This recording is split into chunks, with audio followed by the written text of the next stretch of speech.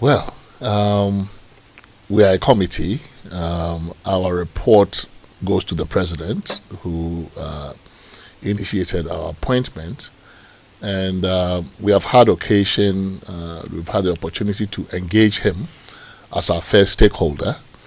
So 2 weeks ago, we met with him. We sought audience with him, and he granted it.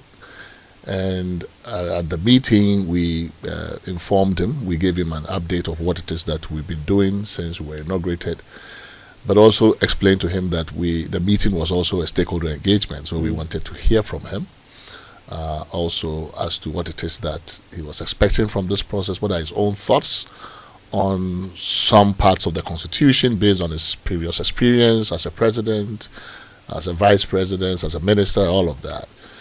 And in that conversation, but even before that conversation, I think the first time he gave that assurance was at our inauguration, that this was not going to be one of those processes that would gather dust, and that he was committed to moving on it.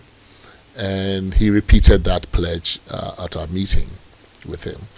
I have no reason to doubt that this time around we will see some reforms coming out of this process.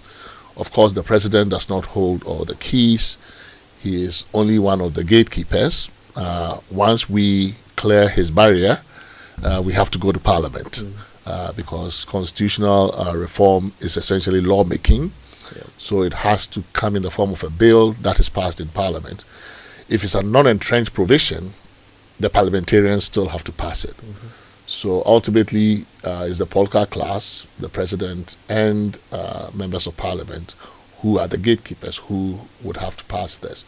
And if it's for the entrenched clauses, then it's all of us. We have to go to a referendum, put the issues to the ballot for Ghanaians to think through, and it's for us to accept or not. So, and even when it is with Parliament, I think it takes sustained public interest and pressure and engagement with the political class, because they don't represent themselves.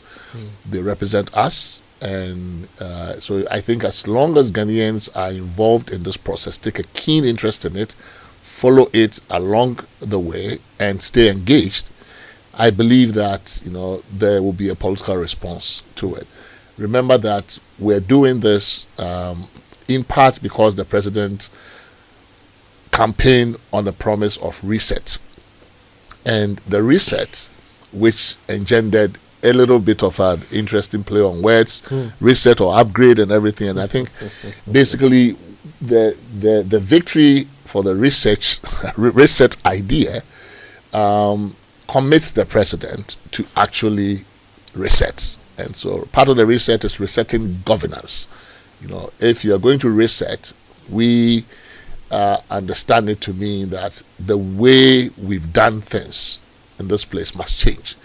That is resetting. If it's upgrade, it's something else. The reset one, and by a huge majority. And I think that he has the mandate and therefore the responsibility to make good on that pledge. So I don't doubt that this will lead somewhere.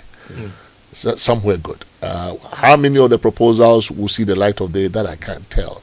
But I believe that if Ghanaians really do want change, they will get it. It's really for us to continue to stay engaged.